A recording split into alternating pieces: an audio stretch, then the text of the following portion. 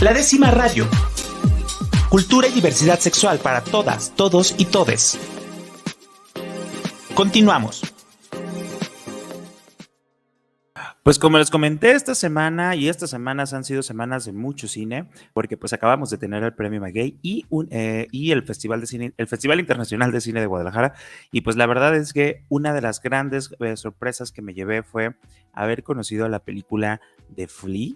Y bueno, tuvimos la oportunidad, o tenemos en este momento la oportunidad de poder platicar con Jonas Poher, que él es el director de Flea, y bueno, vamos a hacer la entrevista en inglés, pero vamos a ver por ahí si le podemos poner alguna traducción en específico. So, hi Jonas, how are you? Hi, I'm good, thanks. So, welcome to the 10 Radio. It's like in a radio in a program in a public station that it calls about like LGBTQ issues and everything that matters. So for us, it's really amazing have you here because all the movie that you created with the old team that it's participating in there, like it's really amazing. It's beautiful. Like I don't know, it's very touchable. So how it started the journey of Flea? How it comes up to your mind? Like okay, let's go to do this movie. Well, so the journey kind of started, when I met Amin, but that's 25 years ago.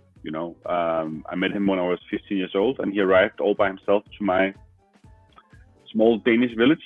And he arrived all by himself from Afghanistan and stayed in foster care with a family just around the corner from where I lived. And he learned Danish really fast, and we met up at the bus stop going to high school every morning and became very good friends. And that's, as I said, 25 years ago. And already back then, I was curious about why and how he got to Denmark, but he didn't want to talk about it. So that's kind of where my curiosity started. Wow. And so, you put that situation in the movie when you first met Amin. So it's something that it's really happened there. Yeah. I've known him for 25 years, and we've been very good friends for many, many years. And we've traveled together. We've done a ton of things together. But he never told this story before. And I have a background in radio myself, and I have done a lot of radio documentaries in Denmark. And I asked him, for like 15 years ago, if I could do a radio documentary about his story. And he said no, and he said that he wasn't ready to tell his story, but he knew that he would have to tell it at some point. And when he was ready, he would want to tell it to me because we know each other so well. So that's kind of, I knew that at some point he would share the story with me. And then 8 years ago, I was invited for this workshop in Denmark called Anidocs, where they combine animators and documentary filmmakers to develop ideas for animated documentaries. And they asked me if I had an idea. And I thought of his story again and asked him, called him up and asked him. And he finally said yes, also because with the animation, we could make him anonymous.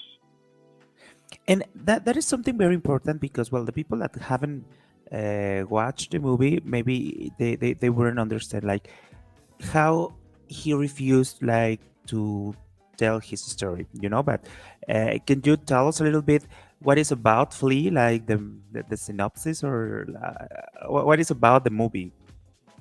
Well, the broad strokes is, it's really about finding a home. It's about being a refugee, and it's also about finding a home as a gay Muslim man. It's there's like a physical journey, which is Amin being forced out of Afghanistan and having to flee and spending 5 years on the run before he arrives to my hometown in Denmark. But it's more so, coming to terms with being who you are, both as a gay man, but also as a refugee, and being able to find a place in the world where you can be who you are with everything that entails. There was something that I really liked, that you didn't focus like, it wasn't like the main point of the movie that he was gay and he was living. It was like about his life and everything that he went through. When you were creating and when you were talking with Amin to create a script, you decided, or it was like something that goes natural, or you decided not to focus really strong because the situation for the gay men in Afghanistan and even in Russia, it's terrible, but you didn't focus on that a lot.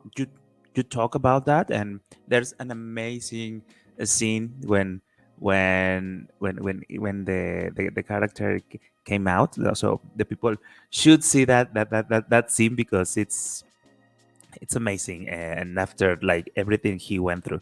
But how you decided like to put this theme or this characteristic in the movie, or it was like something that you never asked about how it will be? I thought always, that it was going to be a part of the film. I knew that, but I felt like because yes, this is a story about being a gay man. It's a story about being a refugee, but it's also a story about a friendship and that the two of us known each other for so long, and him being gay has been a natural part of our friendship. He came out to me when I was like 16 or 17 years old. So I've known all these years that he was gay. So I wanted it to feel like a natural part of his life and not something extraordinary. It's just a part of who he is, and I wanted to have that in the film.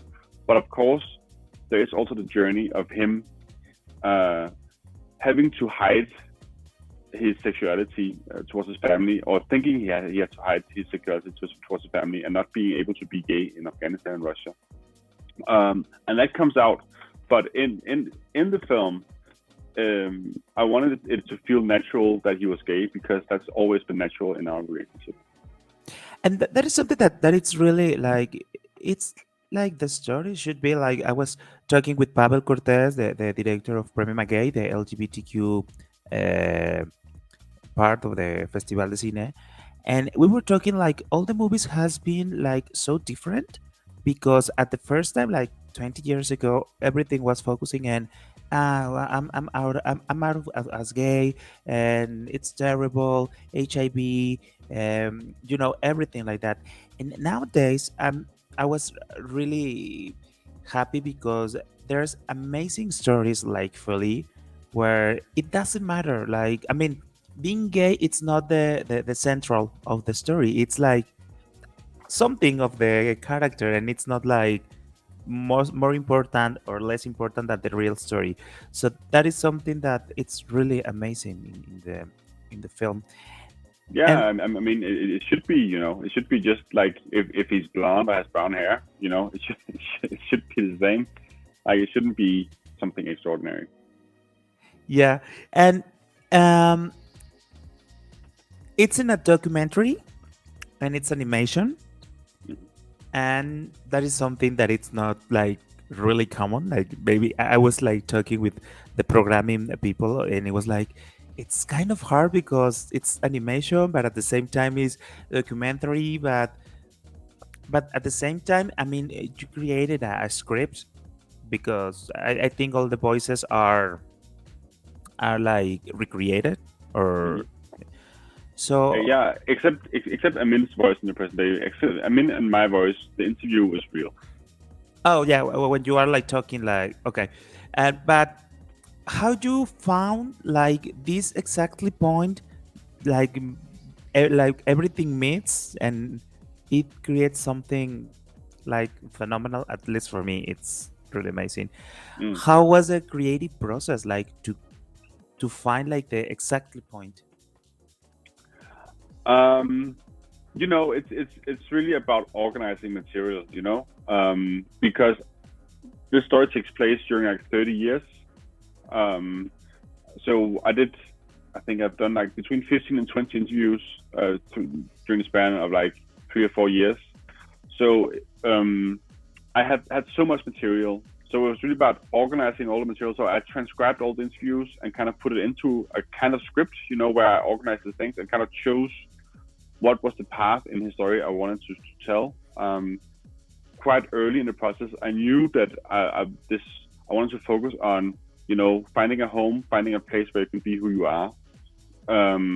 So it's really about, okay, figuring out what scenes of his story will kind of support that. And then, of course, all the reenactments. I was writing dialogue based on what he told me. So he would tell me how things happened, and then I would kind of write a dialogue and have actors come in and play it. Very good. So, it's your first like movie that you do like animation, or you done like more movies with animation? No, this is my first time with animation. Wow.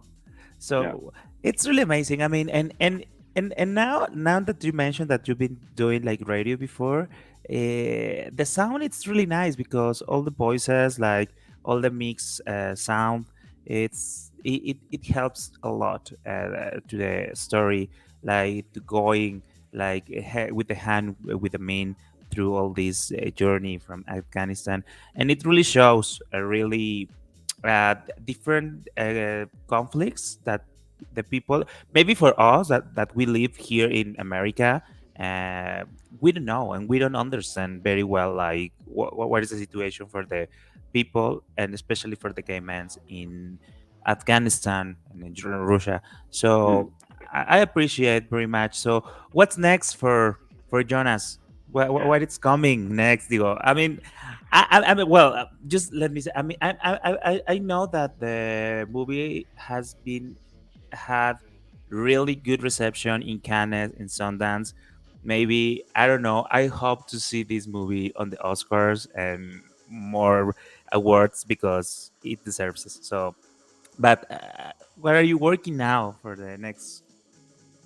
Well, I'm slowly starting to write again, but it's true there's a lot going on with Flea, so it is a little distracting in a very positive way.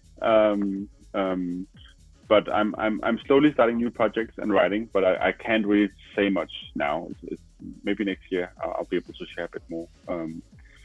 But yeah, right now Flea takes most of my time still.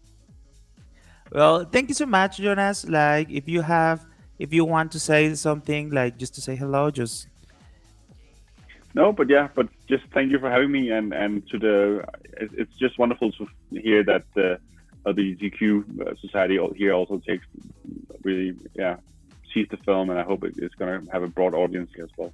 So thank you for having me.